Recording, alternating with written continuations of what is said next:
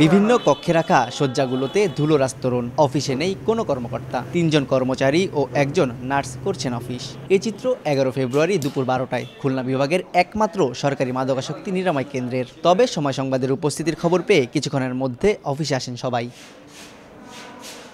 খুলনা নগরীর গল্লামারী এলাকায় একটি ভবনের ৩য় ও ৫ম তলা ভাড়া নিয়ে চলছে বিভাগীয় মাদকাসক্তি নিরাময় কেন্দ্র।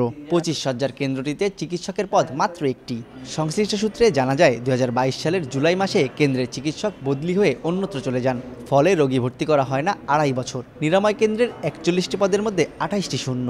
নাগরিক নেতারা বলছেন, মাদকাসক্তদের চিকিৎসা করে স্বাভাবিক জীবনে ফিরিয়ে আনার উদ্দেশ্যে প্রতিষ্ঠিত কেন্দ্রটি কোনো কাজে আসছে না। এখানে গরিব মানুষ হোক, যারা এফেক্টেড তারাই আসে।